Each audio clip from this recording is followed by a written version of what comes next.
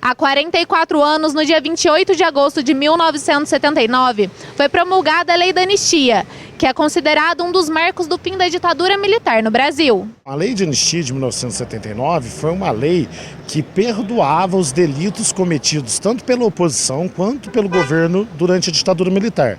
Ali em 79 estava acontecendo um afrouxamento da ditadura, né, e uma diminuição da violência, né, por parte do Estado, e essa lei ela veio criar um mecanismo de proteção tanto para aqueles que manifestavam contra a ditadura militar, quanto para os militares que eram acusados de homicídios, de tortura, de perseguição política, né? É importante a gente estabelecer que o governo ditatorial no Brasil, a ditadura cívico-militar, que começou em 64, ele era um processo de ruptura institucional, ou seja, ele era um golpe de Estado, né? Então, o peso entre manifestar contra um governo que era irregular, ilegal, e fazer parte desse governo e perseguir a população politicamente é diferente, né? Então aí isso gerou um certo problema, né, para o Brasil depois, né, da criação dessa lei.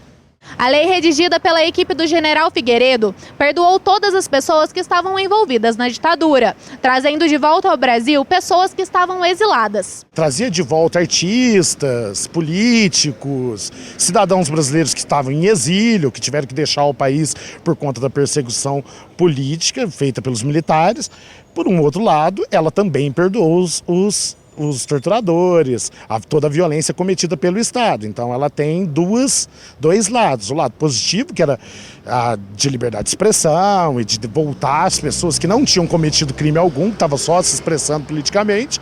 Por outro, ela perdoou criminosos, que eram os torturadores, que eram pessoas que não deveriam ter sido perdoadas, né? Que no Brasil, a lei de anistia aconteceu no Brasil, ela é diferente do que aconteceu, por exemplo, nos nossos vizinhos.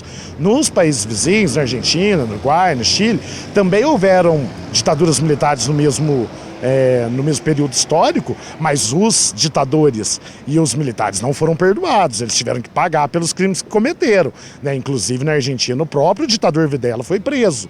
No Brasil não houve esse reparo histórico, né? E aí por conta disso você vai gerar um problema institucional, né? E uma validação, né, daquele regime que era um regime autocrático, antidemocrático, um regime extremamente problemático. Para quem viveu a época, não foi fácil. Eu tinha 10 anos quando a ditadura se instalou no Brasil, pude acompanhar toda aquela movimentação. E logo entrei no movimento estudantil, aos 14, 15 anos, já passei a participar do movimento estudantil, fazendo críticas e fazendo enfrentamento com a ditadura, lutando pela democracia, pela volta dos direitos democráticos. E logo em 72, 73, aí no movimento estudantil mais maduro, né, como estudante, nós então participamos, né, de congressos clandestinos, de encontros clandestinos, onde um dos temas que era discutido era o tema da anistia. Após a criação pela Terezinha Zerbini do movimento feminista pela anistia, eu também circulei, fiz palestra em escolas, já era formado, não estava em posse ainda. E fazia palestras em escola, defendendo a necessidade da anistia, e eu creio que ela foi, de fato, uma grande vitória da sociedade brasileira. A comemoração desses 44 anos da Lei da Anistia é um momento importante para a reflexão. Nós temos que compreender a necessidade de resistir e defender a democracia sempre, mas eu continuo lamentando essa perversão, né? Ainda que a maioria dos torturadores já tenham morrido, mas eu lamento essa perversão deles terem sido indultados, terem sido perdoados. Eu acho que ainda que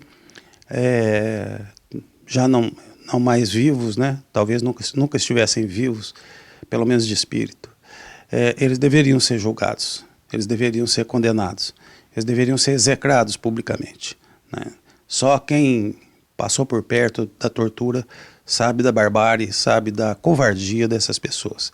Então a anistia ainda tem essa deficiência, ela precisa de fato avançar e condenar para que essas coisas não se repitam. Inara Angra para o Plantão 47.